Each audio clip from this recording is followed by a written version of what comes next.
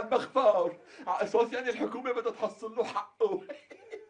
وبلكي الحكومة حطت ايدها، شو رح تسوي لا رح تحط الحكومه لا ايدها ولا اجرها، يعني بقى هلا الحكومه بدها تقلل عقلها مشان كيس شمانته وكرمال مين؟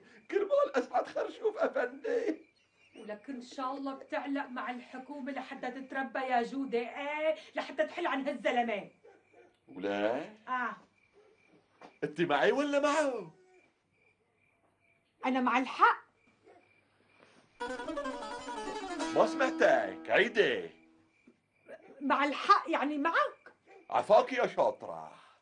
انا ليكي ما مشان شمانته، عزرايين اللي ياخذوا لهالكيس شمانته، بس لانه عم يلعب من وراي بده يروح يعمل له شي مشروع يتمزرط علينا ويتمنفخ.